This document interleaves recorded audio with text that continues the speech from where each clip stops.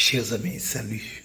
Nous sommes arrivés au terme de nos exposés sur les témoins de Jéhovah. Nous sommes à notre 10e présentation. Dans les 9 premières présentations sur les témoins de Jéhovah, nous avons parlé de l'origine et de l'historique de l'organisation. Nous avons vu que cette organisation est une secte parce qu'elle a un leader charismatique, parce qu'elle considère les écrits du leader charismatique comme l'égal de la Bible, et parce qu'elle a des doctrines bizarres. Nous avons parlé des divisions dans la secte. Nous avons parlé de la traduction du mode nouveau. Nous avons parlé de la doctrine christologique des témoins. Nous avons dit que le Christ Jésus est Dieu.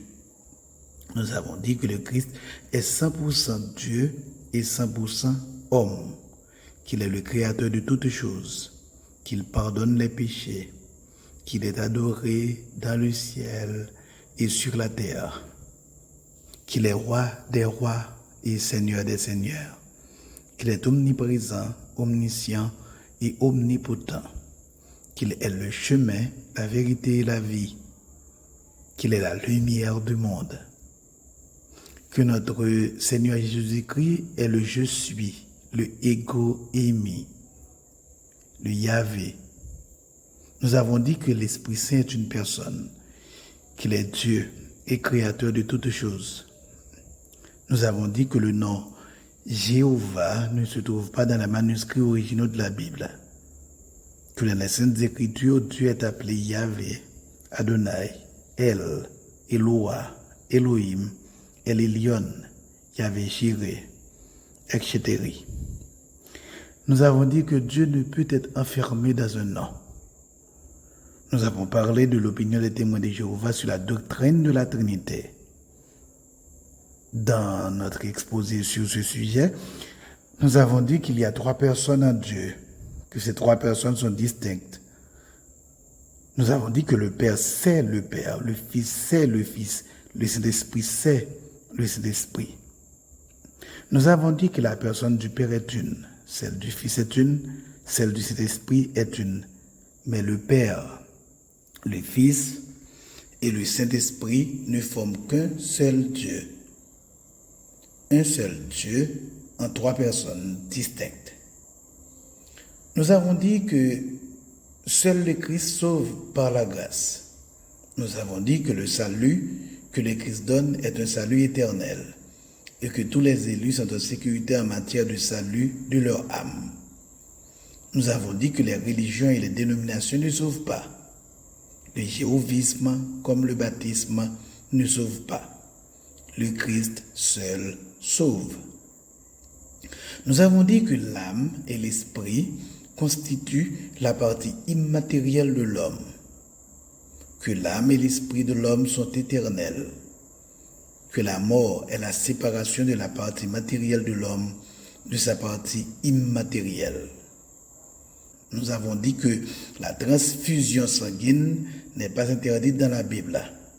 Nous avons dit que nous ne sommes pas sauvés par notre alimentation, mais que nous sommes sauvés par la grâce de Dieu.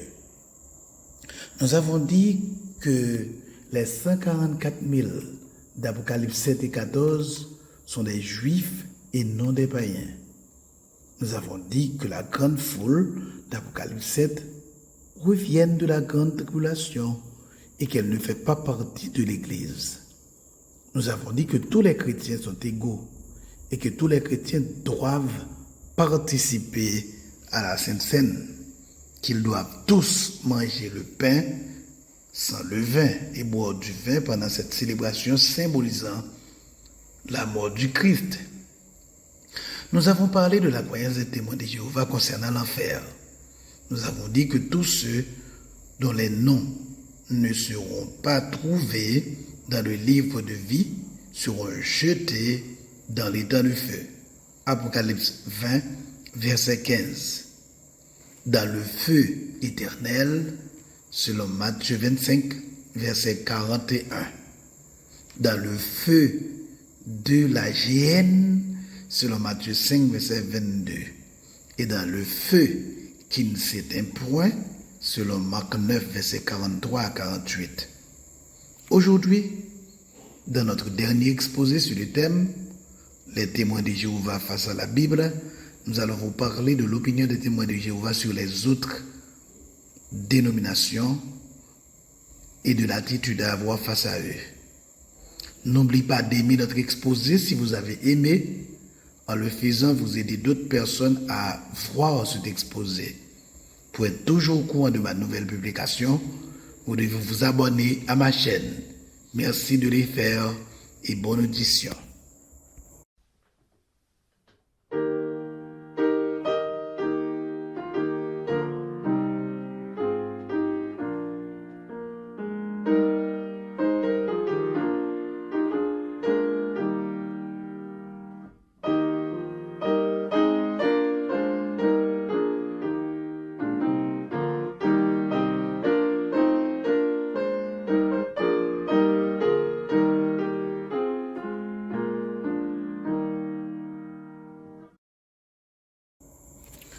Comportement des témoins de Jéhovah face aux autres dénominations chrétiennes.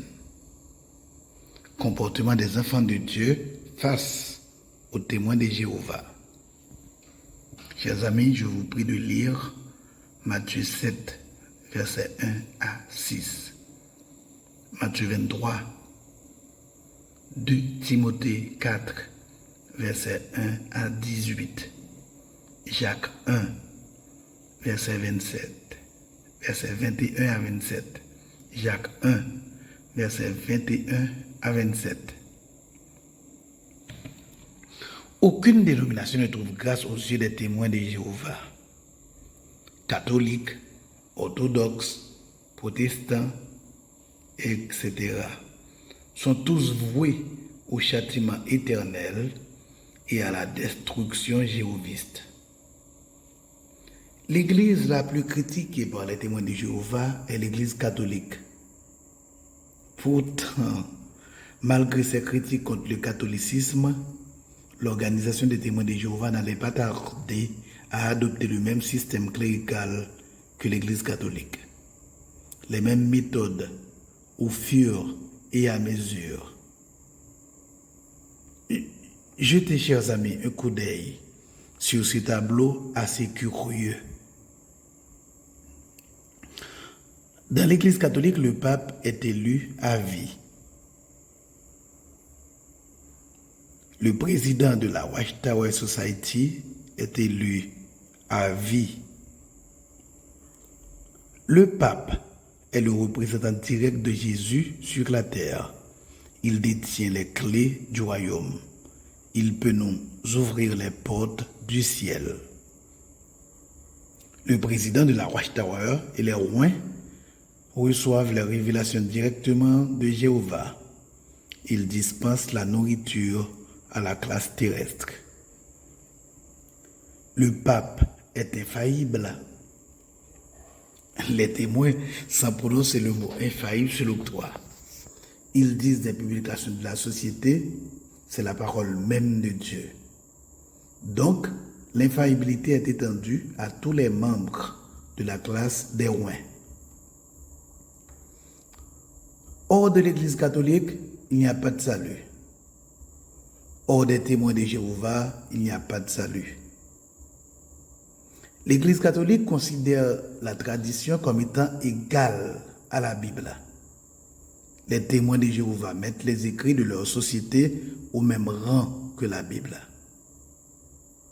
L'Église catholique est une organisation pyramidale bien structurée et riche, dont le siège social est au Vatican, Rome. La société Watchtower est une organisation pyramidale bien structurée et riche, dont le siège social est à Brooklyn, New York. L'Église catholique déclare que nous avons besoin de la médiation universelle de Marie pour recevoir des grâces. Si l'on n'est pas membre de l'organisation des témoins de Jéhovah, on ne peut pas avoir le salut. Les catholiques convaincus d'hérésie ou d'autres péchés sont excommuniés. Les témoins pour cause d'apostasie et d'autres péchés graves sont exclus de la société Watchtower. L'Église catholique attend la mort des personnes pieuses qui ont une vie remplie de sainteté pour les canoniser. La Watchtower va plus loin. Depuis leur vie terrestre, des hommes vierges de la Watchtower sont canonisés loin.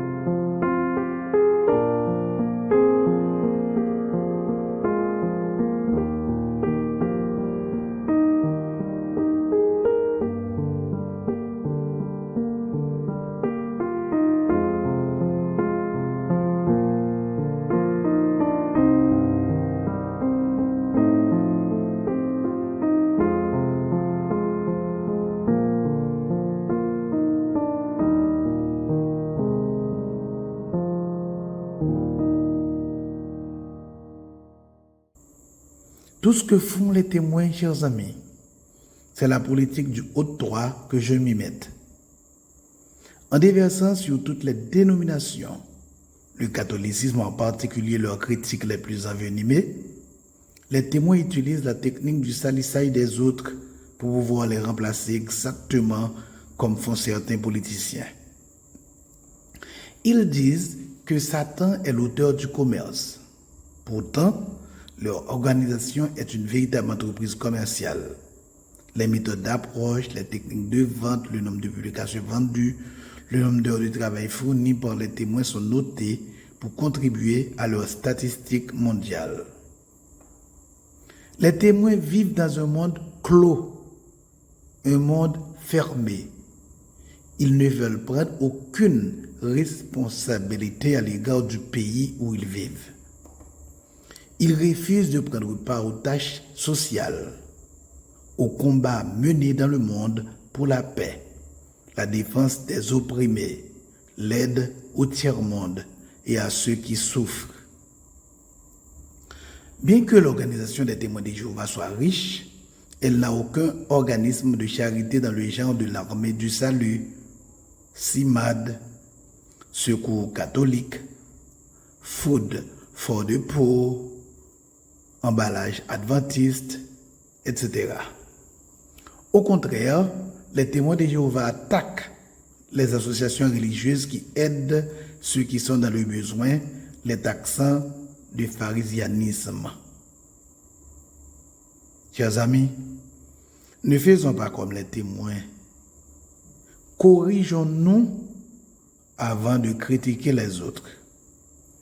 Enlevons la poutre qui est dans notre œil avant de voir les pailles qui se trouvent dans les yeux des autres. Aimons. Aimons ceux qui souffrent et aidons-les. Aidons tout le monde et aidons surtout nos frères en la foi.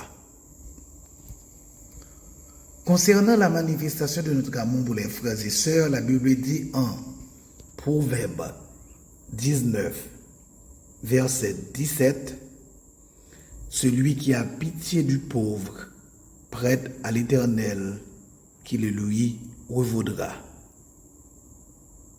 Elle dit encore en Matthieu 10, verset 42, « Si quelqu'un donne à boire, ne serait-ce qu'un verre d'eau fraîche, au plus insignifiant de mes disciples parce qu'il est mon disciple, vraiment, je vous l'assure, il ne perdra pas sa récompense. »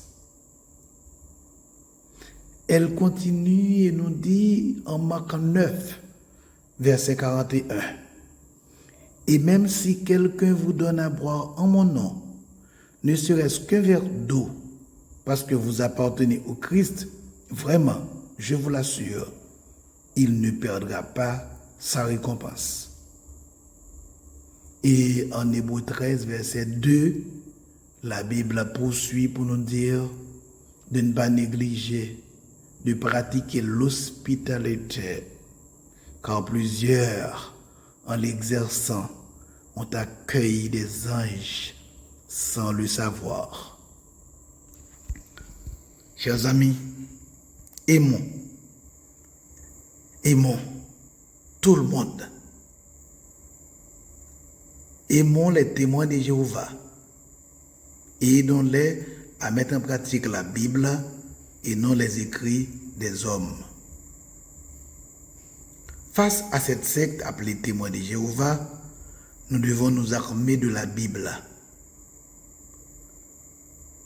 Pour pouvoir mieux aider les jéhovistes à rejeter les hérésies de la Tour de Garde, de Réveillez-vous et des autres écrits de la Watchtower Society, nous devons accorder une place importante à l'étude de la Bible. Comme je vous le disais dans les épisodes précédents, il faut toujours se rappeler que, bien qu'il y a de bonnes traductions, la parole de Dieu ne se trouve de manière plénière et verbale que dans les manuscrits originaux. Pour mieux aider les témoins de Jéhovah, nous devons donc non seulement nous préparer bibliquement, mais aussi nous devons utiliser les 3 moyens de communication les plus puissantes: la radio, la télé et le net. En dehors de ces moyens, nous devons prêcher l'évangile aux témoins et à tout le monde par notre vie. Marshall McLuhan a dit: le médium est le message. Par notre vie, nous devons éclairer tous les gens. Par notre vie, nous devons aider tous les gens à voir clair. La meilleure façon de proclamer l'évangile à tous est notre vie. Être bon théologiquement sans être né de nouveau ne veut rien dire. Être né de nouveau, ce n'est pas demander au pasteur de mettre sa main sur votre tête ou de prier pour vous. Être né de nouveau, ce n'est pas être un membre d'une église locale, mais être né de nouveau, c'est se livrer, se donner totalement au Christ Jésus. Vous pouvez être pasteur, membre d'église, moniteur, diacre et j'en passe, et n'êtes pas un enfant de Dieu. Et n'êtes pas un né de nouveau. Celui qui est né de nouveau mène une vie de sanctification, comme nous le dit Paul en Colossiens 3, versets 5 à 17. Celui qui est né de nouveau parle avec douceur, Comme nous le dit encore l'apôtre Paul en Colossiens 4, verset 6, où il nous dit que votre parole soit toujours empreinte de la grâce de Dieu et pleine de saveur pour savoir comment répondre avec à propos à chacun. Et en Philippiens 4, verset 5, faites-vous connaître par votre amabilité envers tous les hommes. Le Seigneur est proche. Celui qui est né de nouveau est humble. Comme nous le dit Saint Paul en Philippiens 2, verset 3 à 11. Ne faites donc rien par esprit de rivalité ou par un vain désir de vous mettre en avant. Au contraire, par humilité, considérez les autres comme plus importants que vous-même et que chacun regarde non ses propres qualités, mais celles des autres. Tendez à vivre ainsi entre vous, car c'est ce qui convient quand on est uni à Jésus-Christ, lui qui, dès l'origine, était de condition divine, ne chercha pas à profiter de l'égalité avec Dieu, mais il s'est dépouillé lui-même. Il a pris la condition du serviteur. Il se rendit semblable aux hommes en tout point, et tout en lui montrait qu'il était bien un homme. Il s'abaissa lui-même en devenant obéissant jusqu'à subir la mort. Oui, la mort sur la croix. C'est pourquoi Dieu l'a élevé à la plus haute place et il lui a donné le nom qui est au-dessus de tout nom, pour qu'au nom de Jésus, tout être s'agenouille dans les cieux, sur la terre et jusque sous la terre, et que chacun déclare Jésus-Christ est Seigneur, à la gloire de Dieu le Père. Celui qui est né de nouveau a une bonne conduite. En 1 Pierre 2, verset 12, l'apôtre Pierre nous disait « Ayez une bonne conduite au milieu des païens. Ainsi, dans les domaines même où ils vous calomnient en vous accusant de faire le mal, ils verront vos bonnes actions et loueront Dieu le jour où il interviendra dans leur vie. Celui qui est né de nouveau est toujours joyeux. » Paul demandait aux chrétiens de Philippe, en Philippiens 4, verset 4, de se réjouir en tout temps de tout ce que le Seigneur est pour eux. Chers amis, il faut aider tout le monde. Il faut aider les religieux comme les témoins de Jéhovah. Donc il faut aider les témoins. Il faut aider les non-croyants. Il faut aider les hérétiques à voir le Christ dans notre vie. Ne l'oublie pas. Il faut surtout prêcher par notre vie.